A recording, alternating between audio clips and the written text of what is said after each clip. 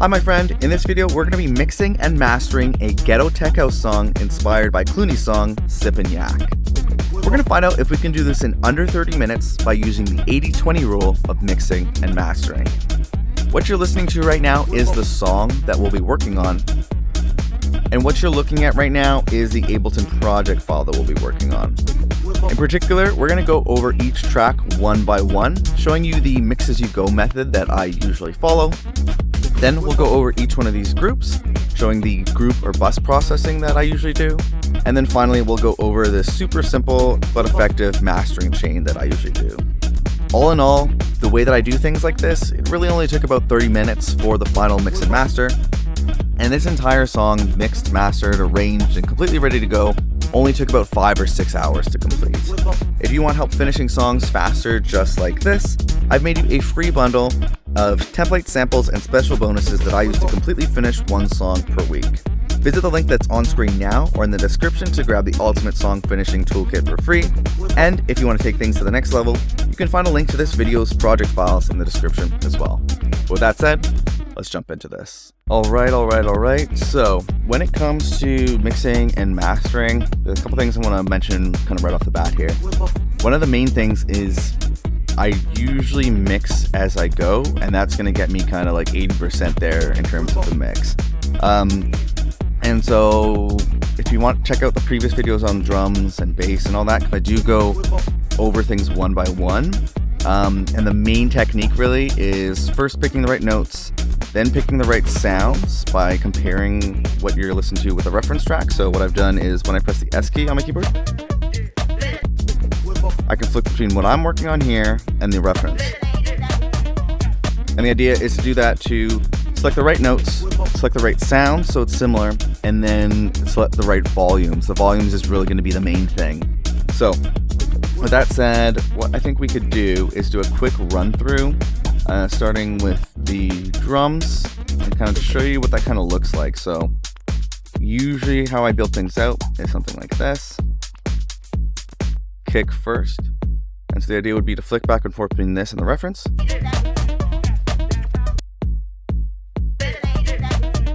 So in this case, I feel like the kick is sounding similar and has a similar volume level.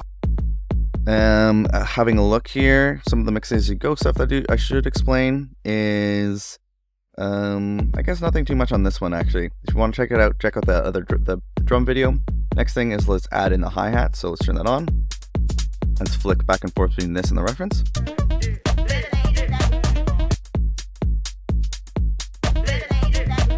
I would say it's similar, but ours could maybe drop down maybe a decibel or so. Let's add in the snare.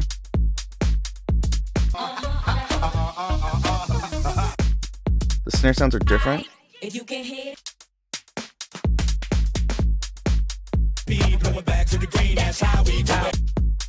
But I'd say the volumes are similar, so that's kind of the main thing. It has the same kind of energy. Let's do the open hi-hat. Listen back and forth. This is where I kind of deviated from the original. It doesn't have too much of this open hi-hat sound, so I'm not going to spend too much time on that. And then let's add in these tops. Here's add them all in at once. If you can hit it all night long, celebrities in the VIP blowing back to the. So I'd say generally similar kind of like power and energy level, and like the volume seem pretty similar, so I'd be pretty happy with that. The next thing I would do is normally I would go through the entire track and then come back to this, because there is some bus processing. So let me go over that kind of in the order as I do it, so you can kind of follow along in a similar process. The next thing I would be doing is building in the bass. So usually it would start off like this. Similar concept. So when building up the bass, the idea is to get the right notes, get a similar sound, and then get the right volume levels. In particular, I like to mix with a separate sub-track versus a bass guitar track, or like a mid-bass kind of sound. That way the sub-track, in terms of mixing, you really just focus that on make sure it's kind of carrying the low end in particular. So let's flick back and forth between the reference track and what we have, and kind of mostly pay attention to the fullness and the volume of the sub sound.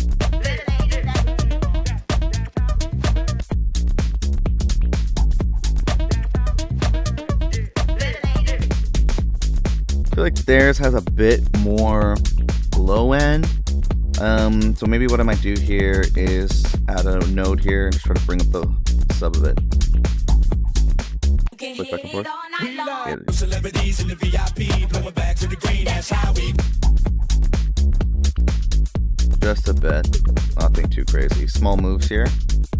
Try to keep it under 2 decibels, I would say. So just filling out the sub end, and then I'm gonna add in the bass guitar, the mid level. And now pay attention a little bit more to that mid sound of the bass, mostly focusing on getting the volume correct. Celebrities in the VIP, blowing back to the.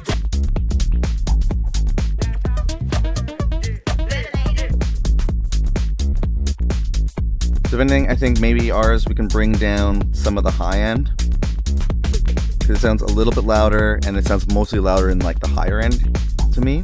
Go back to the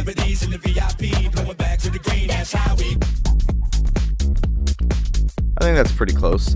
And then we'll just quickly rip through this melodic stuff here. So let's get to a point with the vocals and flick back and forth here, I would say.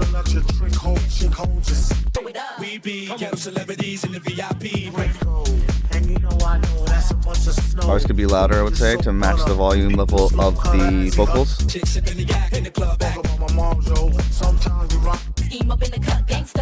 Maybe just a bit more. Cool, now let's pay attention to, let's try to add in the synths. Okay, so that's what we're listening for.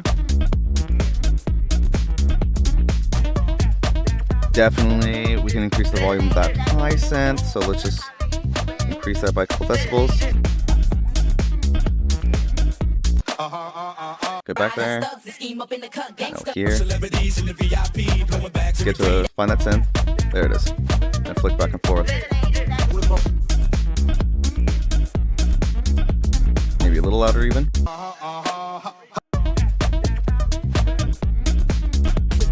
Okay, I think that's pretty good. Might increase the volume of that lower synth a bit more. Cool. So that's kind of the main way to kind of mix as you go, and mainly like mixing while comparing against a reference track. Main thing is the volumes, really. I try not to get into too many like weird little crazy amounts of EQ and anything like that. So then the last bit, first phase is kind of mixing as you go, mostly paying attention to the volumes. Second phase for me is usually some kind of group processing. It's also called bus processing. I'll show you how we do it, or how I do it at least. So on the drums track, what I have here is this preset here, Punch and Parallel. I think I saw this trick to use this preset in particular from Kick and Bass, is another YouTube channel, I think.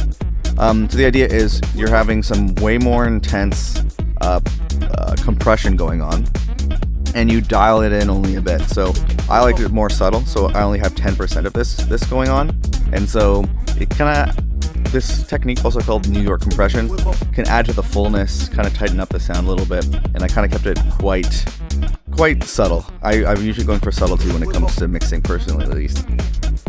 Then running into an Ableton saturator, and again, only dialing in a bit, so it's about 23% here. This is kind of giving that effect of everything running through the same saturation, so everything's kind of gluing together in a way, similar to the compression. The idea is like having all these elements going through the same processing, glues them together, adds the character to everything at the same time. And then the last thing, which I think is almost kind of one of the most important thing, is throwing a clipper. And usually what I'm aiming for here is about a decibel clipped. Mostly also making sure that you are using your ears to make sure that it's not sounding too clipped and distorted and crappy. And so I use this K-Clip plugin. I like this link feature so that I can bring, as I'm creating this track, volumes is super important. So what I like is to get to this 1 decibel clipped. As I'm say increasing or decreasing the volume, it's automatically matching the output. That way all the moves that I made for volume, setting the volumes correctly, is being preserved. So just adjust this so that we're getting about a decibel clipped. It's just cutting off some of the transients. And this is going to, in a subtle way, it's almost like creating headroom and making it so that when we are going for the final mastering stage, the clippers and limiters in the final mastering stage don't need to work as hard, and we're going to get a tighter, louder mix essentially. So that's a look at what's been done for the drums. Then very similar moves being made on the bass. So what we're running again is looking for like 5 to 10 decibels of gain reduction on the parallel processing here. Using the same bass punch and parallel preset and dialing it at about 12%. Again, it's kind of tightening things up, filling up the bass sound a little bit. Then again, we're running into a saturator. So this is filling up the sound a bit more, giving it that cohesion of running through the same saturation. Dialed in very lightly here at 7%. And then the same move with the clipper here. So aiming for around a decibel clipped. And that's kind of a look at that. I guess also the ceiling, I drop it by 0.2 to make sure nothing goes too high above it. Then last thing is the melodic elements. It's running through similar processing again. So we're running it through that punch and parallel preset as well, aiming between 5 and 10 decibels gain reduction, which is quite a lot. But we're only dialing it in a bit at 12%, so it's not too crazy. Running it into OTT, which it can add like kind of a little bit more presence and in-your-faceness to sounds. I don't always like throwing it on, but sometimes with melodic stuff, I feel like it can help make things sound more present and full. And particularly when, as you've seen in the previous videos, there's only, and in this one too, there's only about 3 or 4 melodic tracks. So they need to be a little bit fatter and more in your face. But again, only dialing it in very lightly at 11%. Then we're running into the same saturator. This time a bit more at 28%. And then lastly into a K-clip as well. This one is clipping quite a bit more. And yeah, this one I guess is between 3 and 4 clipped. And let's see, I guess that's it. Then we can move into the mastering. So once that's all pretty tight, I should mention also, the way that I do the mastering, like right now the mastering chain is completely off. And when I make the YouTube videos that you've seen, you've actually been hearing them with the mastering off. And the reason I do that is I also have to drop the master here 13 decibels down. And that's just because of like the recording software that I use. Like it's screen recording. If it's too loud, it'll clip the crap out of the screen recording software and sound like poo. So this is not a final thing. Usually what I'll do is I'll set this to 0 when I'm exporting. And I also turn off this mastering chain because I'm also using a MacBook Air, the M1 version, and it's amazing, but I do like to mix and master all in like the same project, so that creates areas where it could actually start overloading near the end of it. So that will happen here. So what I want to do is potentially kind of show you how I do it without it screwing up as much as possible. Let's give this a try here. So I'm gonna turn off all the mastering. It's a pretty simple chain I run through almost every single time. So let's have a look. So first thing is I have this utility that is going to potentially drop the gain because I want to run this into this compressor here. And I'm looking to get the compressor to like just about barely moving it. So the idea is like maybe a decibel of gain reduction. And because I usually I'll mix to 0 usually for each of these things. Like I don't try to mix like a 6 decibels below or anything like that. I'm just mixing straight up to 0. And because of that, the entire project is quite loud. And so if I don't have this utility, now I'm getting, it sounds, I feel like not good, and it's crushing the compressor. It's a bit of too much. It's like maybe about 2 decibels gain reduction. I'm looking for like less than that. And unfortunately, because the threshold's already all the way up, I can't really control that at all. So the way I control it is by adding utility to just bring things down a little bit to get the amount of compression that I want. Other than that, another cool thing with the glue compressor is you can set it so that it's reacting to, you can add basically like a low high pass filter so that it's only reacting to stuff above that high pass filter. And this way, if you bring this down, it's reacting to the entire track, and the kick drum and the bass is like dominating it and like pushing the gain reduction way higher than it needs to be. So by adding in a cutoff a little bit there, you can have the compressor react less to the kick drum, and it's going to create more of a less squashed and annoyingly compressed sound basically. And I got that tip from, I think Cosmic Academy had a cool video on that, so shout out them for that.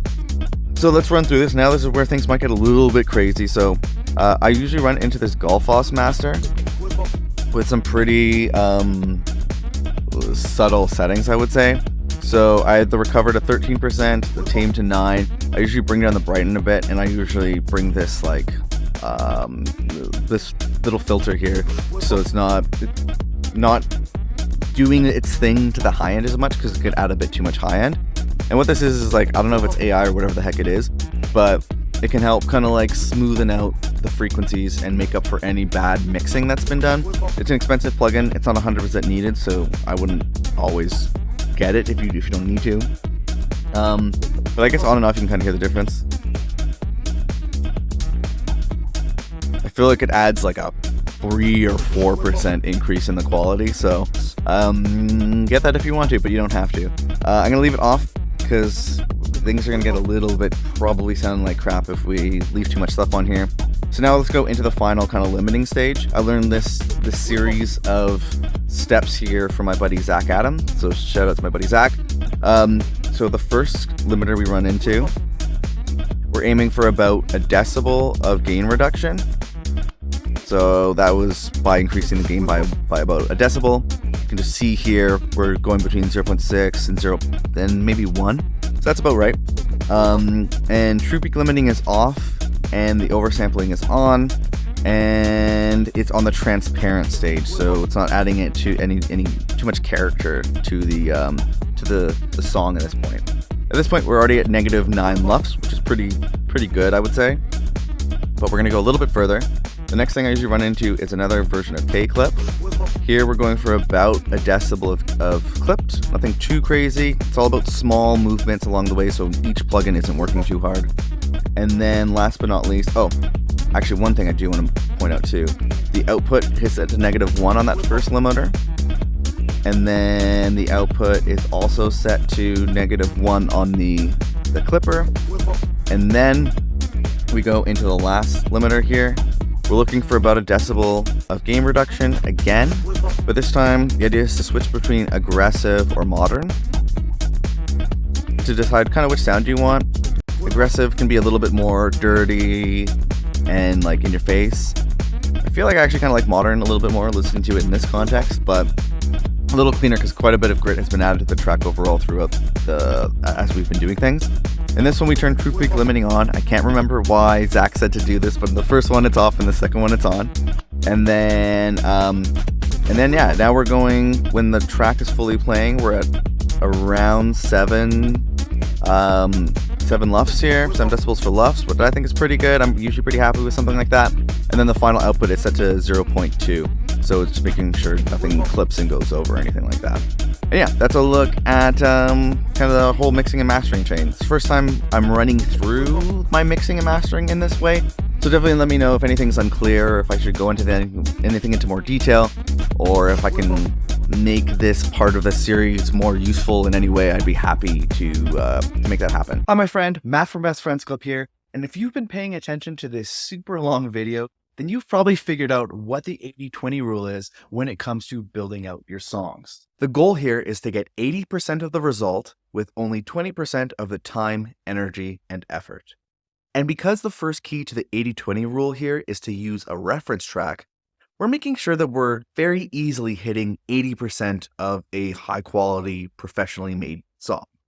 In particular, we use that reference track to make sure that we're picking the right notes, sounds, and volumes as we're building out our song. The second key of the 80-20 rule here is to mix as you go in an extremely streamlined way by only focusing on the volume of each track, as well as using a simple repeatable channel strip for each track that we're adding to our songs. The third and final key is to repurpose your old project files and have a suite of powerful templates, Ableton racks, and one-knob effects that you've personalized and curated over time. If you'd like to get a head start by downloading all the racks, templates, and all the files that you've seen me use in the Ableton project file for this video, or if you'd just like to take a closer look at any of the techniques or tracks you saw me work on in this video at your own pace, you can find a link to this video's project files on screen now and at the second link that's in the YouTube description. I'm recreating a different song from the Beatport top charts every single week and making the project files available to anyone who wants them.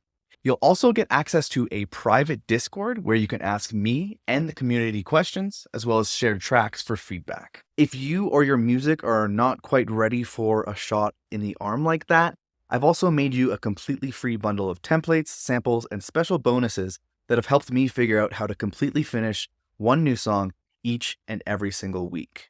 And you can grab that free Ultimate Song Finishing Toolkit by visiting the first link that's in the YouTube description here. However, if you just feel like staying on YouTube for now, that's totally fine. Save that link for later, and check out this playlist filled with videos just like the one you just watched, where I completely create songs inspired by tracks found in the Beatport top charts. Or if you really want to take what you've learned in this video to the next level, make sure you check out this video right here.